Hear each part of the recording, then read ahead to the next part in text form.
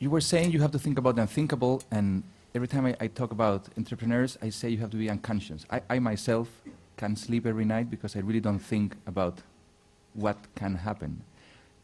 If you believe in what you said, how do you deal with that? If you know everything that can happen to your businesses, how can you?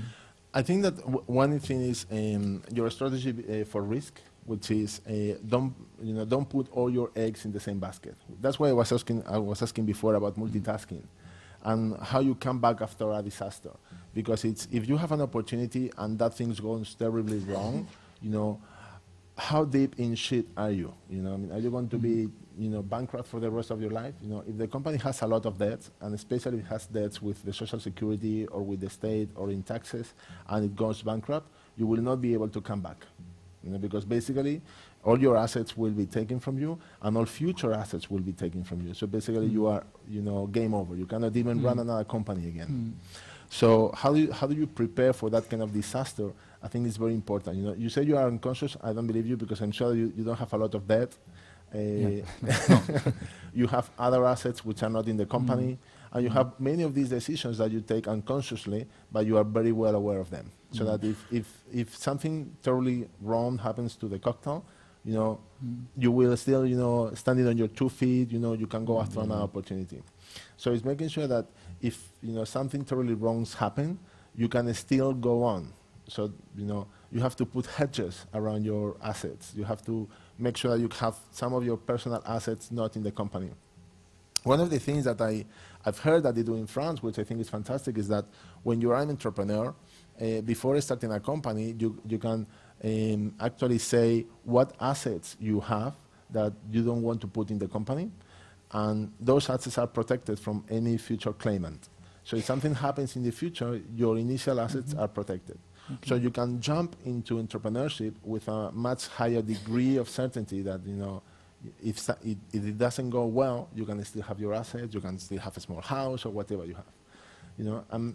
I think that because we have this legal system that is very protective, particularly towards the employee and towards the state revenues, the tax system, that is terribly wrong for entrepreneurs, because the risk you run when you launch a company, personal risk, is very, very high. And the people who launch businesses and fail, they have it very hard to launch another business. And guess what? The people who launch businesses are the people who then are successful on the next business. If we had, many of the big companies, they are launched by people who have failed before. But if you can only fail once, very few companies are started because those people cannot start the next business. Okay. And another question, you have a very active public image, and politically you say your opinion and so on. How do you cope with failure and success in your personal public relations, let's say? Because well, that's also one of the questions I was asking Jose Maria, because I don't want to go public in my company, because I like to speak my mind. I like to say what I want. And whenever I say something, I don't have an investor coming back to me and saying, hey, yesterday you said X and the company went down 5%. So I can say whatever I want because we're not quoted, and they don't have to be worried about, how is this going to affect my stock valuation. I can do whatever I want. I can say whatever I think. And personally, to me, I didn't become an entrepreneur for the financial reason. I became an entrepreneur because I wanted the independence to be whatever I wanted to be, to speak my mind, and to go around without having a boss. So if I said an entrepreneur was in the first place to have my independence, to say whatever I want. One of the funny experiments that I read when you are in business school was about how we behave as human beings in a group. They run this experiment. It's actually very, very interesting, about having one subject who is the person of the experiment, surrounded by 20 other people who are collaborators with the investigator. And they did all kinds of tricks, like putting 2 sticks together, one of them taller than the other, and asking whether they were the same size. And they put the subject on the last position. So if 19 people ahead of you say that they are the same size, 95% of people would deny the evidence and would deny what they have in front of their eyes and say they are the same size.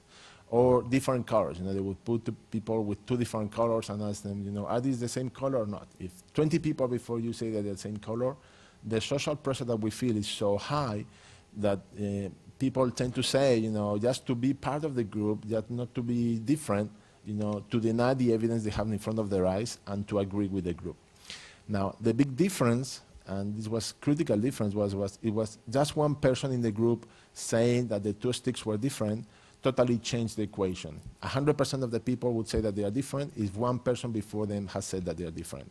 So for us as a society, dissenting opinions are critical because it allows everybody who thinks the same as you thinking to come forward and to express their opinion.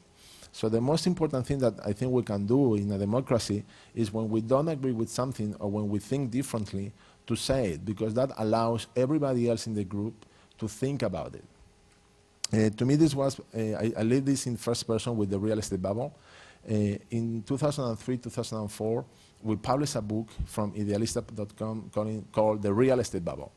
Now, we were incredibly criticized from the ministry, from, you know, our clients, from the banks, because they call me an alarmist and they call me a fatalist. Like, you know, I was going to cause the crisis that we wanted to avoid, and I would be personally responsible, you know, for creating a panic in the market. And this was 2004. The market keeps going up and up and up and up.